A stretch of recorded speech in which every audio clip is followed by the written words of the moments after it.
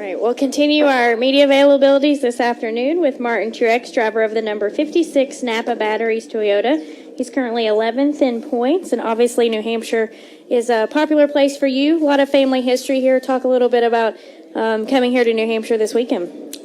Yeah, it's, obviously New Hampshire is a big weekend for me and my family. We've always enjoyed coming up here. I've been coming up here a long time. Way before I ever started racing cars, I came here to watch my dad race, and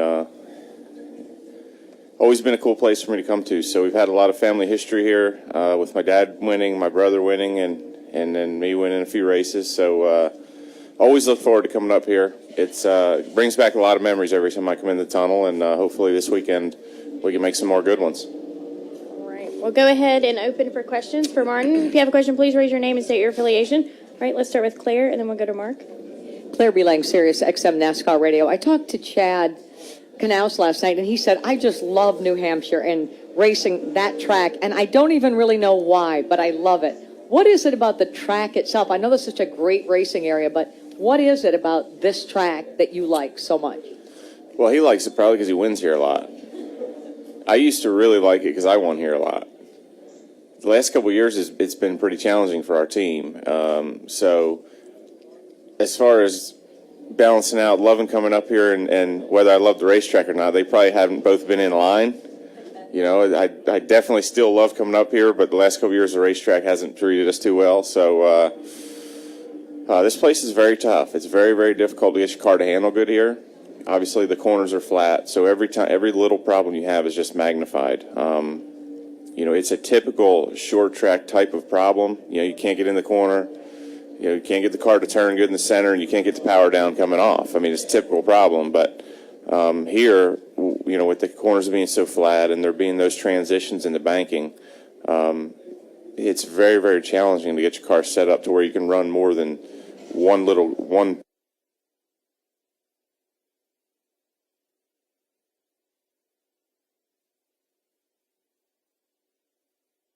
part on the racetrack, one little spot on the racetrack. You know, you move up 2 or 3 feet or down 2 or 3 feet, and the way your car handles changes dramatically. So balancing that out, you know, getting a good setup that you can move around with here is very, very difficult. All right, go ahead. Mark Garrow, PRN. Martin, can you talk about where you guys sit in the points and that kind of wild card pack and that pack from like 7th down to 14th or 15th? And if you have a bad race like Daytona, you fall 5. You have a good race, you're up 4. Can you just talk about that whole situation and how you feel about your team making the chase? Yeah, I mean, it's definitely not the situation we want to be in. Obviously, with the strength of our team and the way we've run this year, I feel like we shouldn't be in the position we're in. We've had some failures and some crashes and some bad luck and things. But, you know, I think a lot of the other guys around us are in the same position. So, you know, really from here on out, all we can do is just race the best we can. I mean, you know, things like what happened last weekend in Daytona, you know, they're going to happen. You can't stress over it too much. You can't really worry about the points too much. I've honestly stopped thinking about points about Texas and said, I'm just not going to worry about it anymore because there's nothing you can do. I mean, you know, you have a race like we did last weekend in Daytona, and the old me would go home and be miserable for 2 days thinking about it, you know, and now it's like, it is what it is. It's over with. We can't do nothing about it. We got to go on. And hopefully this weekend we'll have a good weekend, and, you know, we can hopefully put ourselves in a good position again. You know, again, based on performance, I feel good about where we're at. I think we can make it no problem based on that. All the other stuff that you throw into the mix in racing, there's no telling what can happen. So we'll just have to see how it goes, but feel good about our team and what we're doing. Based on the fact that you've won already, is that your potential ace in the hole or something that you have that a lot of guys 11th to 20th don't? Yeah, I mean, yeah, I guess it is. You know, I mean, there's no guarantees. One win's not going to guarantee anything, you know, and obviously we'd like to have 2 or 3 and like to get in the chase so we can use those points. I mean, that's what we're here for ultimately. So we just need to keep focusing on our goals and try to do a good job and, you know, hopefully get another win or 2 and move back up into the points where we feel like we should be. All right, let's go to Bob Pockers. Pockers, Sporting News. I still imagine that even though if you're not looking at points, you were happy you didn't lose any points from the spacer deal last week. What can you kind of give us your reaction to that? Were you, I assume, pleasantly surprised about the no penalties? I wasn't surprised. And, you know, obviously you see 31 teams in 2 garages. There's probably some miscommunication there, you know. Usually if you have a couple guys with some parts that are illegal, you know, it's different. So I wasn't surprised at all. I mean, basically from what I understood at Daytona was they told us we could do it at back in the wintertime. They're like, here's what we're going to do with these spacers. Is that okay? And apparently they said yes, or somebody said yes. So I think it was just communication breakdown. And so it was good to see that. I was obviously happy there was no point penalties. We already had one of those this year. So glad they got it fixed, and hopefully we won't see that problem again. All right, we'll go back here to Channel 9. Thanks. You and your dad had so much success here over the years. Can you just talk about what this track means to you and your family?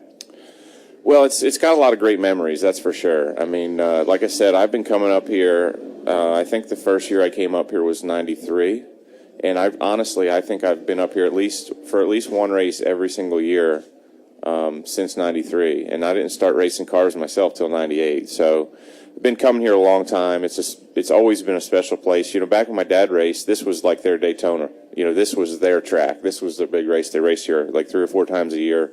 This was the most prestigious race to win.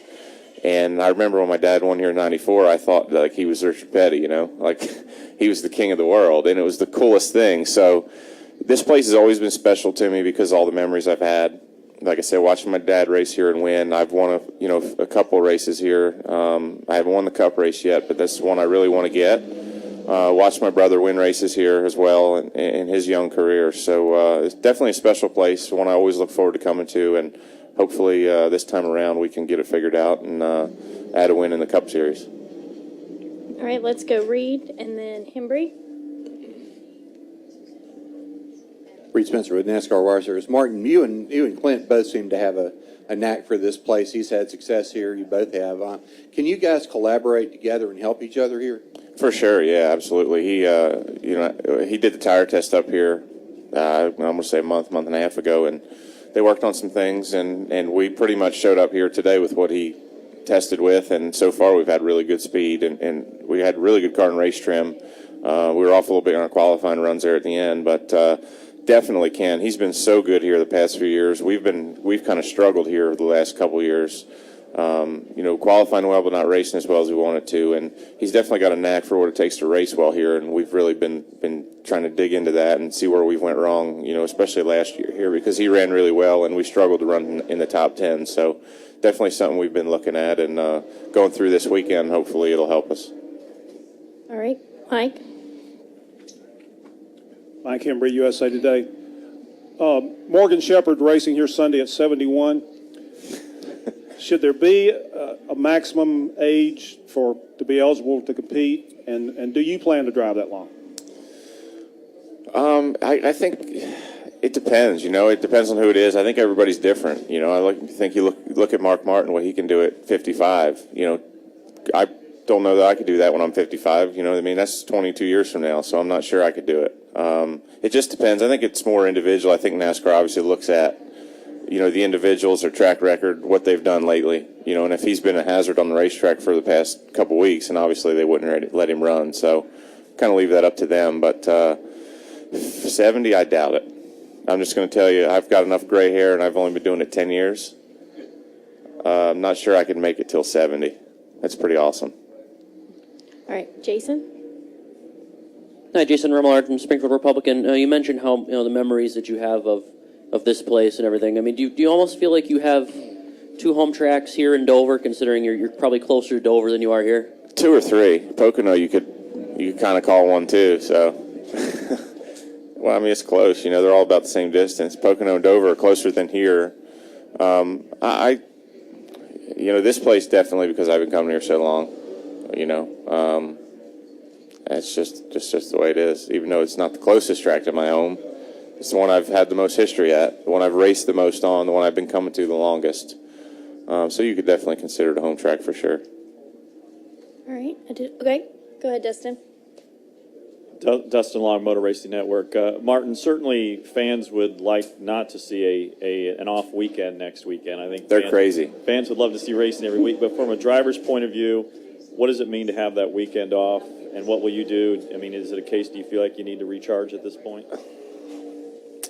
I mean, I think off weekends are always welcome by the people in the garage that do the work. These guys work so hard. You know, the drivers, we could probably stand to not have an off weekend, you know. I mean, we live pretty good. Our lives are not as crazy. These guys that go on the road, though, I mean, it's just insane. They work 6-7 days a week, every week. You know, they're lucky sometimes to have a Monday off. So I think more than anything, those are the people that need the break, the officials that are traveling, you know, 6-7 days a week, more so than the drivers. But I always welcome an off weekend. I really think we should look at, you know, having 2 races a week maybe at some point, so we have, you know, maybe an off weekend once a month or once every other month. I think that would be something that would be cool to do. Have a week, you know, Wednesday night race, have a Saturday night race, and then have the next weekend off or something like that. You know, we can still fit in the same amount of races in a season, but it'll give, you know, the teams a break and time to catch their breath every once in a while. Have you talked to NASCAR? Is there more of a movement? I know that Jeff Ford talked about that last week. Is there more of a movement among you guys? No, I mean, I haven't talked to really about with anyone. Just something I thought of when you brought up the off weekend, because I really enjoy having off weekends every once in a while. I mean, you think we only have 3 throughout the whole season, and our season goes, you know, it seems like a whole year. It's really it's an 11-month out of the year season for sure. I mean, we only get we're lucky if we get 3-4 weeks off in the wintertime, you know, with nothing to do. So it's a long season. It would be nice to have a couple weekends off. All right. Any final questions for Martin? Okay. We'll end with this question. Mary Jo Buchanan, Speedway Media. You've talked a lot about great memories. Can you give us an example of a few of your greatest memories? And do you have any special traditions or places that you go or things you do when you're up here? Well, to start with the memories, there's pretty much all of them have to do with winning here.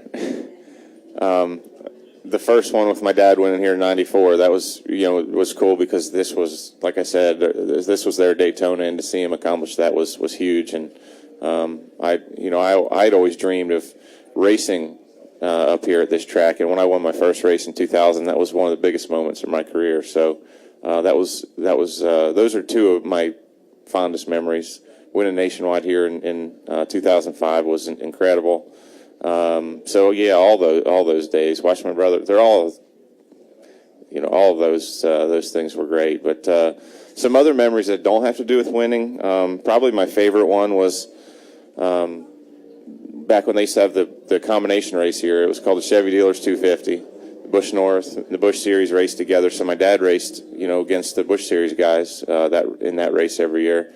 And his garage was straight across from Dale Earnhardt's. So Dale's car was parked, you know, nose to nose in the garage against my dad's car. And so I seen Dale getting out, working on his car. I remember him getting under the fender well, working on his carburetor, and I thought that was the coolest thing ever. You know, I think it was like 93 or something, right around that time, 94, somewhere in there when I was younger. So that was definitely one of my fondest memories of this place. All right. Martin, good luck this Thank you. weekend. Hopefully we'll see you Appreciate it. Sunday.